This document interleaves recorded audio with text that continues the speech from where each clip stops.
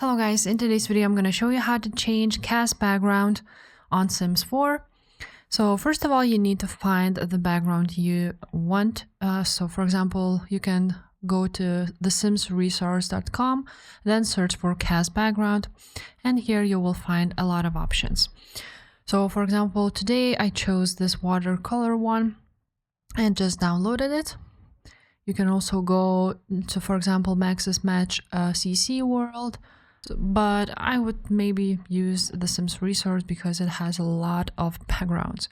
So once you have chosen one, you want to go ahead and download it. It can be downloaded in packages, but if you have just downloaded and it's only one file, then that's really great.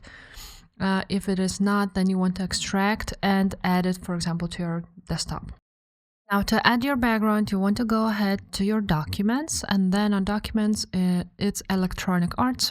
For me, it's probably the same for you. Open it up, then go to Sims 4. And on Sims 4, you're going to see mods folder.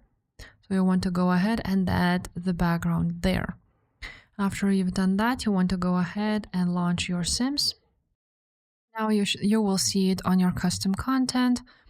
And now you want to go ahead and, for example, click on new game. And here you have a new watercolor background. So that's pretty much it, guys. If this video was helpful, make sure to subscribe, and I will see you next time. Bye.